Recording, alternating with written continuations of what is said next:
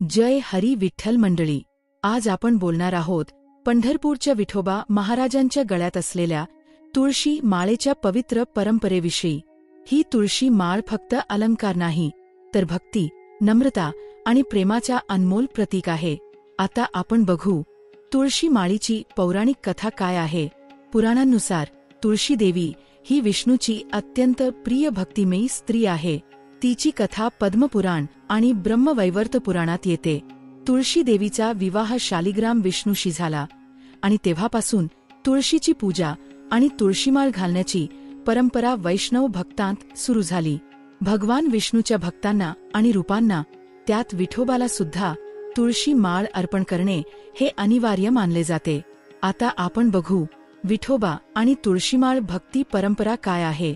पंढरपूरच्या विठोबाच्या गळ्यात 108 तुळशीच्या मण्यांची माळ असते.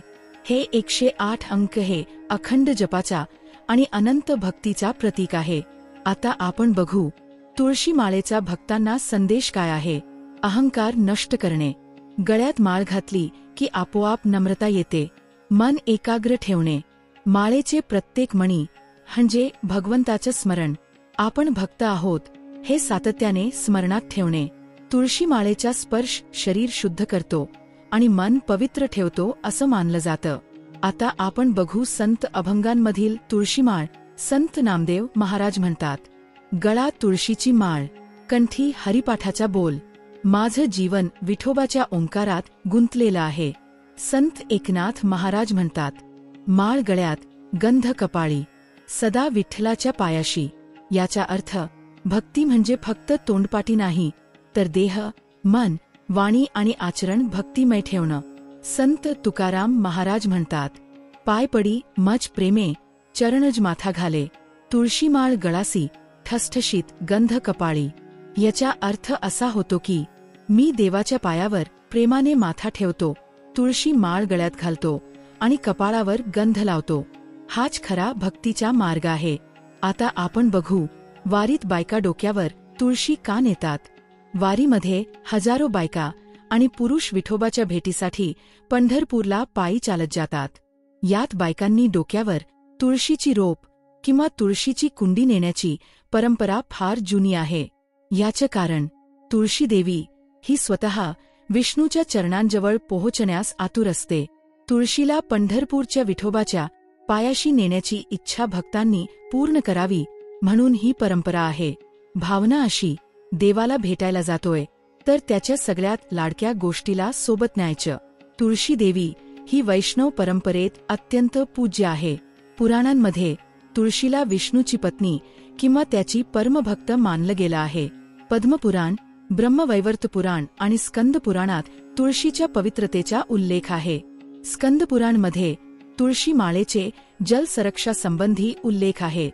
तात्पुरुष भूमेष्विह तुलसी तंतुनी यद विकासिते, धर्मयज्ञ पुण्यम. याचा अर्थ खूप सुंदर आहे. या पृथ्वीवर तुळशी जिथे वाढते तिथे धर्म, यज्ञ, पुण्य आणि पवित्रता वास करते. म्हणजे तुळशीचं रोप जिथे असतं तिथे पवित्र ऊर्जा, पुण्यसंचय आणि शुभ फल देणारं वातावरण निर्माण होतं.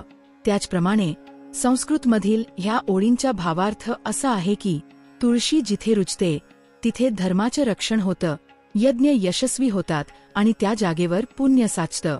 पद्मपुराण व आयुर्वेदिक अभ्यासानुसार तुळशीच्या माळेच्या क्लेशापासून संरक्षण होतो.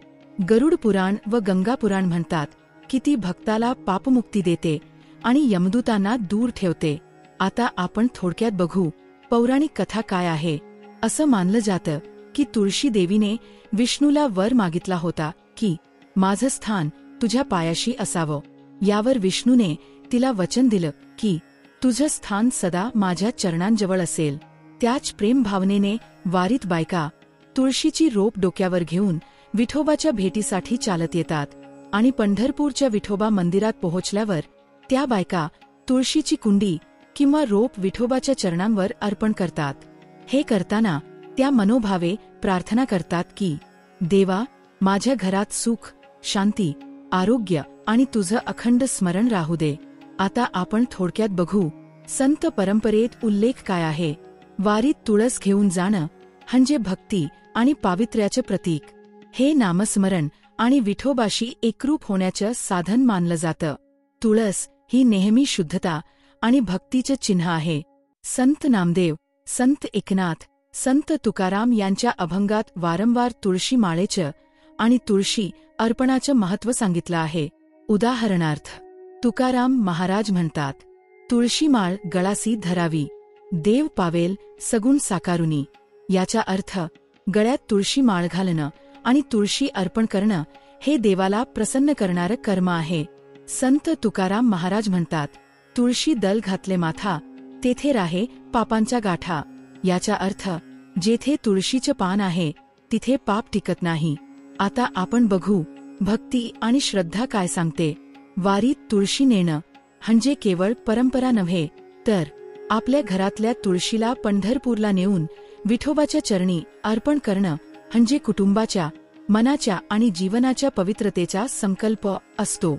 वारीत तुळशी नेण्याचे प्रतीक म्हणजे नम्रता आणि भक्तीचे प्रतीक. आपल्या घरच्या तुळशीला देवाच्या चरणांजवळ पोहोचवणं, देवाला भक्तांचा आणि तुळशीचा संगम दाखवणं.